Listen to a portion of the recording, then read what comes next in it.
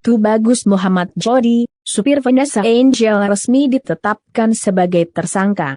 Ia dianggap lalai mengemudi hingga menyebabkan 2 orang tewas dalam kecelakaan maut yang terjadi pada Kamis, 4 November 2021 lalu di Tol Nganjuk, Surabaya, Jombang.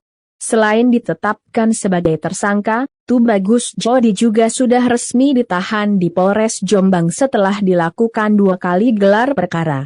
Kabid Humas Polda Jawa Timur, Kombes Pol Gatot Reply Handoko menjabarkan bahwa, sejak awal setelah peristiwa kecelakaan maut yang dialami oleh pasangan selebritis tersebut, pihak penyidik Direktorat Lalu Lintas, Dirlantas, Polda Jatim beserta Satlantas Polres Jombang langsung melakukan serangkaian acara guna penyidikan kasus ini.